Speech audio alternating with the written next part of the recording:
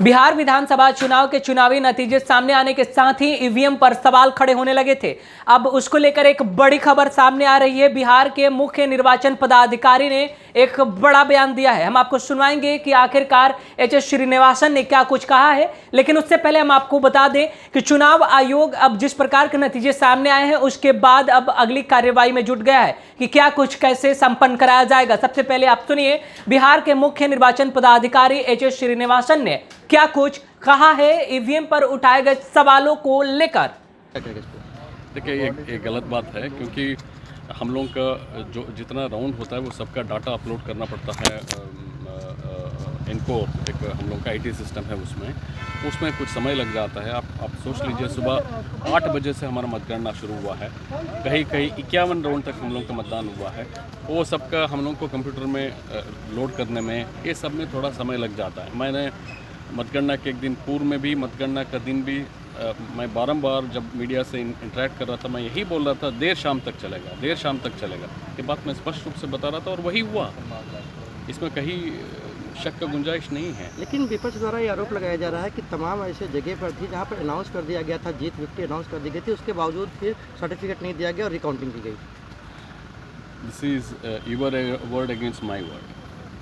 Claim तो कुछ भी कर सकता है। देखिए ऑफिशियली ऐसे कोई डॉक्यूमेंट है कि आपको डिक्लेयर किया गया था आप विनर हैं, ये तो बेबुनियाद हो जाता है। जब तक हम लोग हार्ड कोर प्रूफ नहीं रहेगा, कहा था नहीं कहा था, क्या प्रूफ है।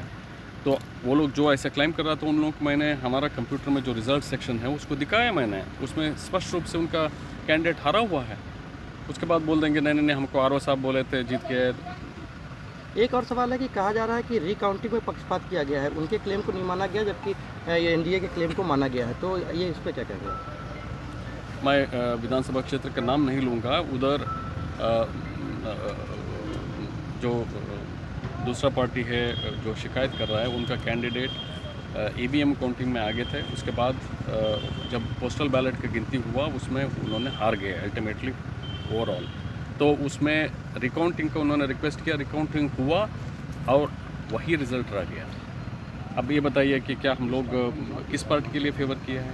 अच्छा, कोविड पीरियड में अच्छी वोटिंग को आप किस तरह से देखते हैं। देखिए मतदाता प्रभु है, उन लोगों के लिए शत नमन करना चाहिए जो कोरोना के समय में इतना चैलेंजिंग टाइम्स है। कोरोना पैंडेमिक एक तरह से, बाढ़ एक तरह से, ये सब का बीच में बढ़ चढ़ के लोकतंत्र के इस महापर्व में भाग लिया। उन लोग कोटि धन्यवाद।